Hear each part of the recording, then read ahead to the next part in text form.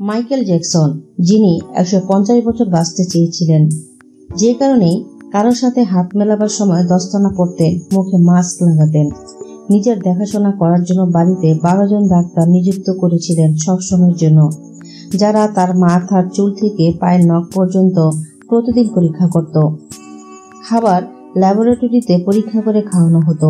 প্রতিদিন ব্যায়াম করানোর জন্য 15 জন লোক ছিল। মাইকেল জ্যাকসন 150 বছর বেঁচে থাকার লক্ষ্যে এগিয়ে চলেছিলেন। অক্সিজেনযুক্ত বেডে ঘুমাতেন।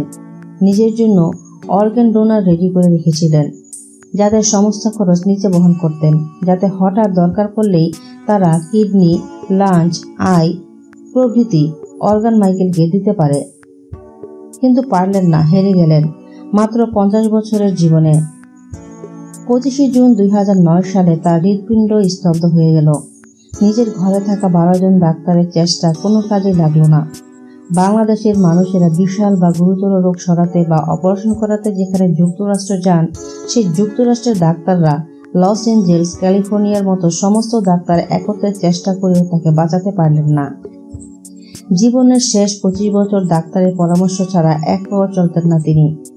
যে নিজেকে 150 বছর বাঁচার স্বপ্ন দেখতেন, তার স্বপ্ন অধরাই রয়ে গেল। মাইকেল জ্যাকসনের অন্তিম যাত্রা 2.5 মিলিয়ন লোক লাইভ দেখেছিল, যেটা আজ পর্যন্ত সব থেকে বড় লাইভ টেলিকাস্ট ছিল। তার মৃত্যুদিন অর্থাৎ 25 জুন 2009 3:15 উইকিপিডিয়া, টুইটার, অলস, ইনস্ট্যান্ট মেসেঞ্জার বন্ধ হয়ে গিয়েছিল। গুগলসে 8 লাখ লোক একসাথে মাইকেল জ্যাকসন সার্চ করেছিল।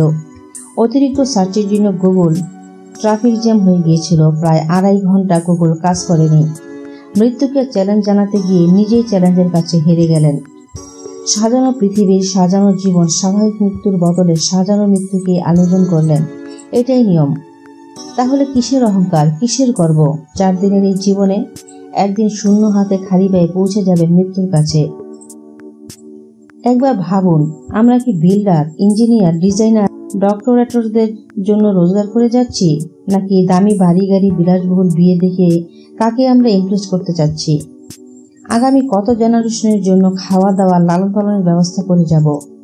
আপনার কি মনে হয় আপনার সন্তানরা রোজগার করতে পারবে না, তাই তাদের জন্য অতিরিক্ত সেভিংস করা এতই দরকার? আমরা অর্থ উপার্জনের সাথে সাথে প্রাকৃতিক জীবনের আনন্দ কেন পাচ্ছি না? আমরা কেউ কোনো সম্পত্তির মালিক নই, কেবল কিছু কাগজপত্রে অস্থায়ী রূপে আমাদের নাম লেখা থাকে। যখন আমরা বলি এই জায়গার মালিক আমি, আল্লাহ তখন আমাদের বোকামি দেখে হাসেন। কারো সুন্দর গাড়ি, বাহারি পোশাক দেখে তার উপর বিচার করবেন না। বিচার করা উচিত তাকে ইমানের মাপকাঠিতে। আজকে আমাদের আশেপাশে অনেকেই নেই। কারো দাদা দাদি, নানা নানি, বাবা মা, চাচা চাচি অনেকেই আছেন যারা এখন পৃথিবীতে নেই। আমরাও একদিন থাকবো না। তাহলে কেন জেনে শুনে এত পাপ করি আমরা? মনে রাখবেন, জাহান্নাম বড় শাস্তির জায়গা। ধনী হওয়া অপরাধ নয়, কেবল শুধুমাত্র অর্থের জন্য ধনী হওয়া অপরাধ। জীবনকে কন্ট্রোল করুন, না হলে জীবন একদিন আপনাকে কন্ট্রোল করবে। একজন মানুষ বাঁচার জন্য যেটুকু প্রয়োজন সেটুকু হলেই যথেষ্ট। 3 বেলা স্বাচ্ছন্দ্যে খেতে পারবেন তো এটাই তো অনেক। আর কেউ ভালো চাকরি করলে নির্দিষ্ট বেতন নিয়ে সন্তুষ্ট থাকুন। ঘুষ বা উপঢৌকন ইসলামে নিষিদ্ধ।